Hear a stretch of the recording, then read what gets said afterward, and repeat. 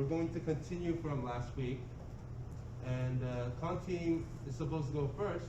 So what I'm going to do is, I'm going to throw to the con team what the pro team may say using the arguments on the board.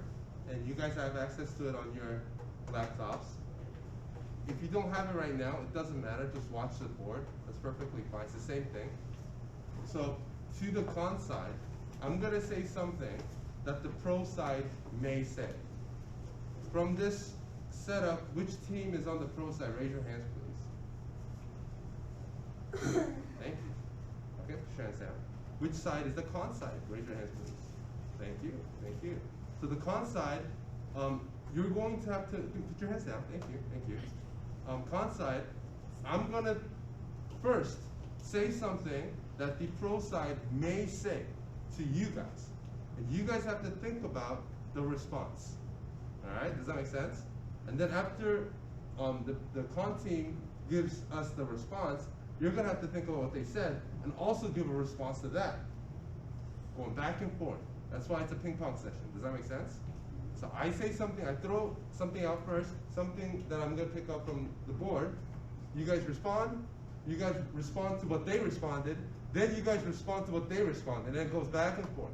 Does that make sense? Okay, here we go. This is what the pro side may say to the con side. Putting a label onto the box that says this box contains GMO materials, GMO ingredients. Putting that label there is going to inform the buyers.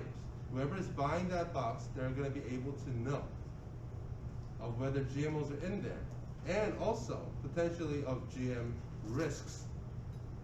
Not to say that we established there are risks or not. We're still, that hasn't been decided. Scientists are still figuring that out now as we speak. But whether you think there are risks or not, you still want to know. For the pro side, this is the pro side argument. You still want to know. So labeling informs the buyers of whether GM ingredients are in that box, yes or no. And GMOs are made from introducing bacteria DNA or insect DNA that's been put into the food that you're eating. So if you're eating corn, that's a GM corn. It's not the regular corn. The corn was made by putting in an insect DNA inside it or a bacteria DNA inside it. So it's something that I want to know as a consumer, as somebody who's paying for it, okay? If buyers are concerned with it, then they should be able to demand a label. And the manufacturers, the people who are making the foods, they should respect the consumer's demand, okay? Buying reconstituted orange juice, bless you, oh no, we'll label it. What's reconcentrated? I'm going to explain that. Buying reconstituted orange juice, we'll label it as from concentrate. And labels include information on amounts, content, additives, preservatives, and processing methods. What this means is, when you're buying orange juice from the store, are you guys familiar with Tropicana orange juice? Yeah? Then on the box it will say from concentrate. That's what it says. There's a label that says from concentrate. What this means is they harvest the orange from the orange tree and you squeeze it, you drink the juice. That's what we know, the classic definition of an orange juice.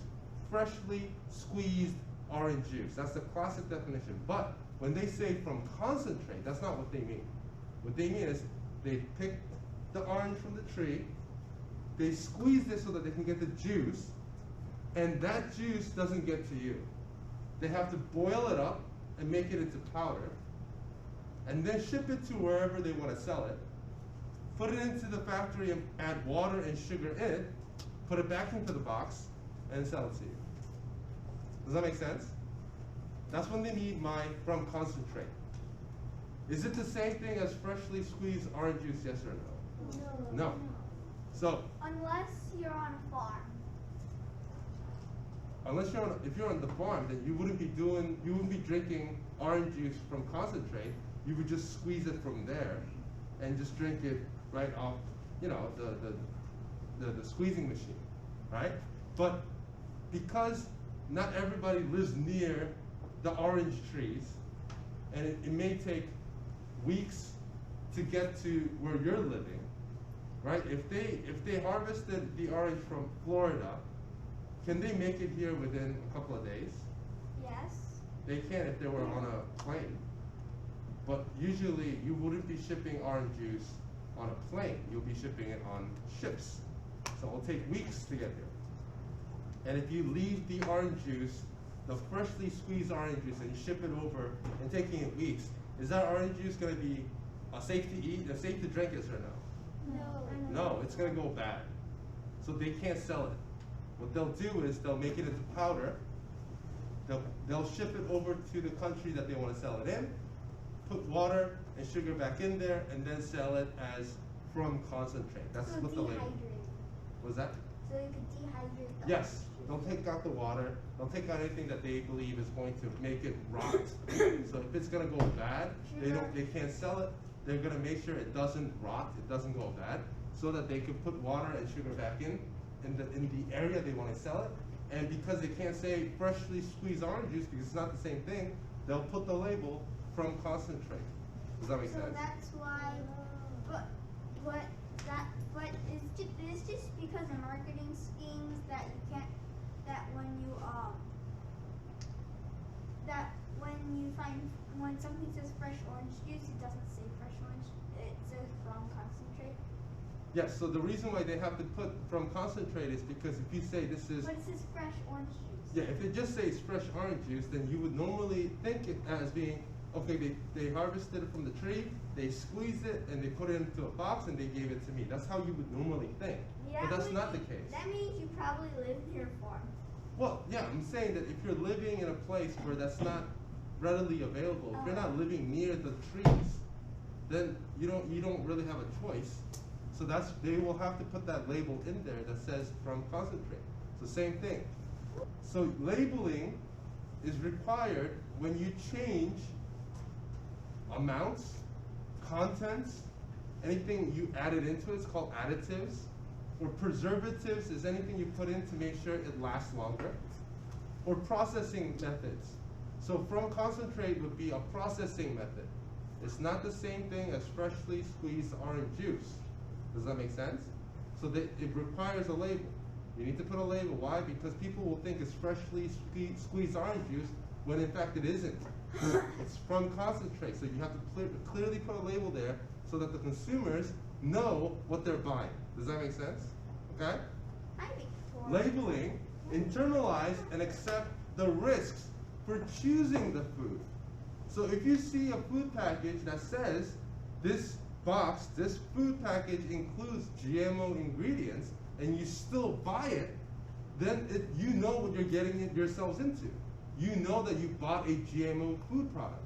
You know. Is that why my mom goes shopping at Whole Foods instead of other ones? Because Whole Foods is known for. Organic, yeah, they sell organic. Because the Whole Foods, or at least their name's alive, like Trump. That's a very important point. So similar to smoking and drinking, if you're buying liquor, hard liquor, or beer, or wine, or whatever it is, they'll have a little warning label that says, you know, pregnant people shouldn't be drinking this. Operating machine. Yeah, whatever it is, don't drink too much, or you can get ill from it. These labels are there. Same thing for smoking cigarettes. But the people buying the alcohol and the people buying the cigarettes, they see that label, but they buy it anyways. Does that make sense? That means you're sort of careless. Sure. Mr. Brian, like if you see the companies, they write like a warning in like font 2, and then they write everything else in like font like 60. Why do they do that? I'm sorry, I didn't get the question. So when they were putting the warning, why did they make it so small and everything? Why did they put the warning labels with such a small font size? Yeah. I guess they don't want it to make it big block sizes because it's easy to see. But the government said you still have to have a label on it, so put it in there. but then they didn't want to make it too big to the point where that's the only thing you look at. So maybe they're trying to make it not as obvious, but less obvious. They're trying to make it less obvious, okay? So these are the reasons as to why the pro side may argue to the con side, saying, hey, we need to label it for these reasons. How would you respond to this?